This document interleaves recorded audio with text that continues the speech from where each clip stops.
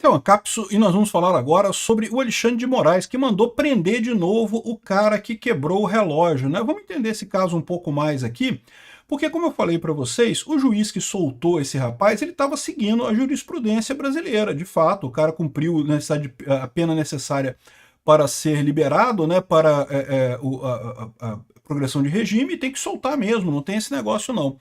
Mas o pessoal está apontando algumas irregularidades desse juiz, e aí a gente fica com a pulga atrás da orelha, né? De novo, eu falo para vocês muito tranquilamente, eu não vi nenhuma evidência de pessoas serem infiltrados nesse protesto até aqui. Agora, se de repente o cara fugir, pode ser que seja uma indicação séria de que foi planejada a coisa. Vamos entender esse caso aqui, porque segundo Alexandre de Moraes, o caso estava mesmo com o STF, não estava com a primeira instância. Esse é o ponto que eu falei no meu vídeo. Eu estranhei isso, porque eu falei, poxa, ué, eu achava que os casos do 8 de janeiro estavam todos com o STF. Então, como é que um juiz de primeira instância soltou o cara, né? E aparentemente o que o Alexandre de Moraes está alegando é que esse juiz não poderia ter solto esse cara. E aí, que pressão será que teve do juiz para soltar esse cara, né? Porque pode ser que por aí se chegue em alguma coisa. Essa notícia foi sugerida por William LF, da Seta Corno e várias outras pessoas. Obrigado aí ao pessoal que sugeriu notícias lá no nosso site, no visãolibertaria.com. E obrigado a você que está assistindo o nosso vídeo. Se você gosta do nosso conteúdo, por favor, deixe o seu like e se inscreva aqui no canal, né?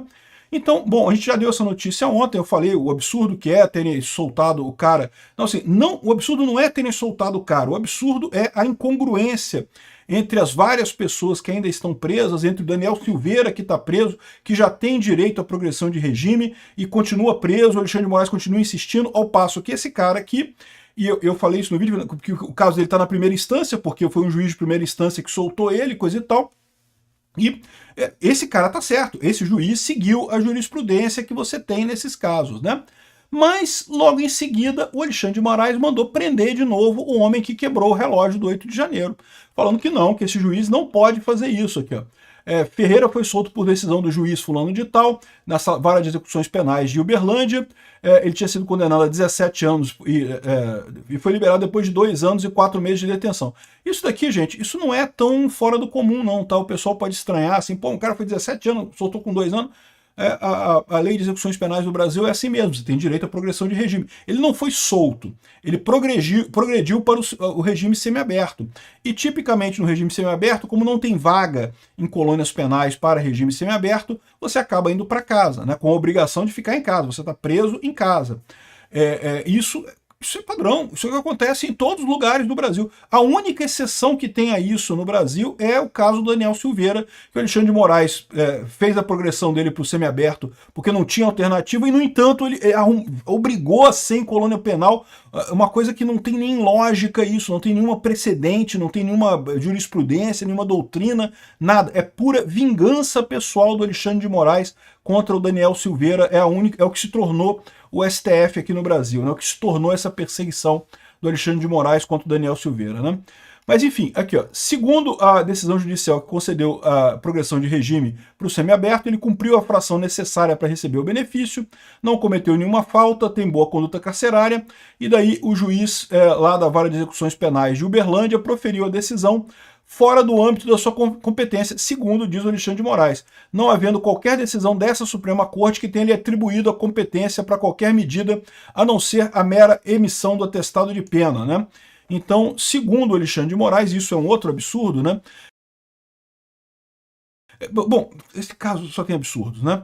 Mas, em tese, toda vez que você recebe uma condenação, que você vai preso, tem um juiz que é o cara que vai acompanhar a sua execução penal.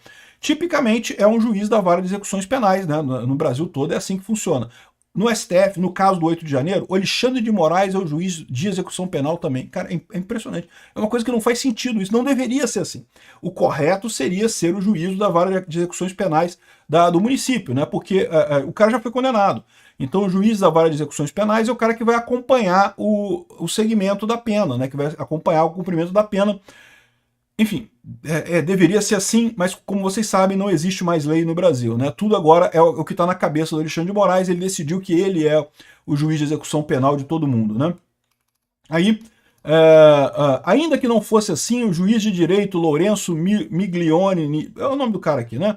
decidiu sem competência pela concessão do semiaberto ao atentado, o fez em contrariedade à lei, segundo Alexandre de Moraes, né? Ele está dizendo aqui que a lei de execuções penais prevê que presos condenados por regimes de violência e grave ameaça só podem passar para o semiaberto após cumprir 25% da pena. E aí tem uma dúvida aqui, tá? Porque violência ele cometeu foi violência material, né? Ele quebrou coisa. O conceito de violência real é quando é violência contra pessoas, né? Então, ou seja, de fato, quem está certo aqui é o juiz e não o Alexandre de Moraes. Alexandre de Moraes está considerando que a violência contra patrimônio seria válida para esse caso. Isso é uma questão discutível, tá? Eu realmente não sei quem está certo nesse aspecto aqui. Se a limitação de 25% da pena como mínimo para liberação é quando qualquer violência inclusive contra objetos, ou se é apenas contra violência física contra pessoas, contra seres humanos, né? Porque o cara quebrou um relógio, é um absurdo, sempre falei isso, o cara tem que pagar por isso, um relógio, pô, caríssimo, um relógio único, né? Dado por um ouvires francês para o Dom João VI, e aí foi incorporado ao Estado brasileiro, então uma coisa aqui, uma peça realmente muito única, né? O cara quebrou, pô, um absurdo isso, né? Mas, assim, isso é violência? Violência em que sentido, né? Violência material, certamente, mas contra não teve contra pessoas, né? Então, de novo, a lei de execução penal não é muito clara quanto a isso. Ele só teria cumprido 16% da pena, isso já seria suficiente para crimes que não tenham violência e grave ameaça para o cara ter a progressão de regime, né? Então, o tal Alexandre de Moraes e o juiz aqui diferindo sobre esse caso.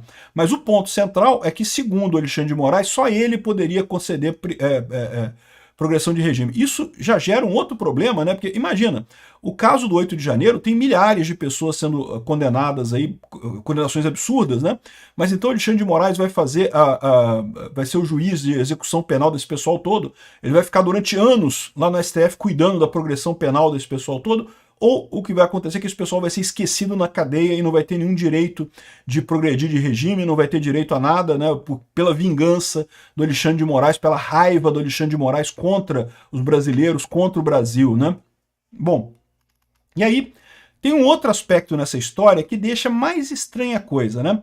O réu foi solto sem tornozeleira eletrônica porque não há equipamentos disponíveis em Minas Gerais, foi o que disse o juiz que escreveu na decisão dele. Só que a gente ficou sabendo que, na verdade tem. Tá aqui em alguma dessas mensagens aqui, alguma dessas coisas aqui. Aqui, ó, segundo a Secretaria de Segurança Pública de Minas Gerais, contestou a justificativa da decisão, afirmar que há mais de 4.000 vagas ainda disponíveis para uso de tornozeleiras eletrônicas no estado. Então, o juiz deixou ele sair sem tornozeleira e havia tornozeleira. Aí levanta aquela hipótese, né? De novo, eu estou especulando aqui, eu não tenho elementos para nada. Eu sempre falei até aqui que eu não vi nenhum infiltrado no 8 de janeiro, não vi nenhuma evidência disso.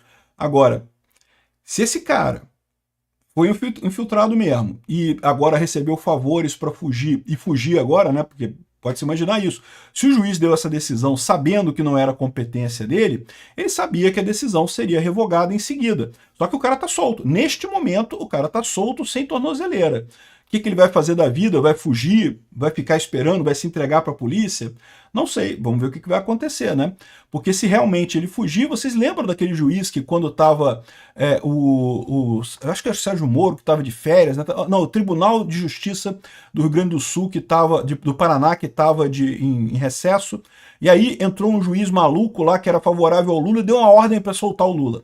A ideia é sempre essa, né? Você dá ordem para soltar, por mais que seja uma ordem incompetente, que uma ordem que você não tem o direito de dar aquela ordem, o cara já saiu da cadeia. No que o cara saiu da cadeia, você não tem mais controle sobre ele, né? Então, será que foi isso? Será que não foi isso? Né? Vamos ver o que vai acontecer. Esse caso ficou mais estranho com essa história, né?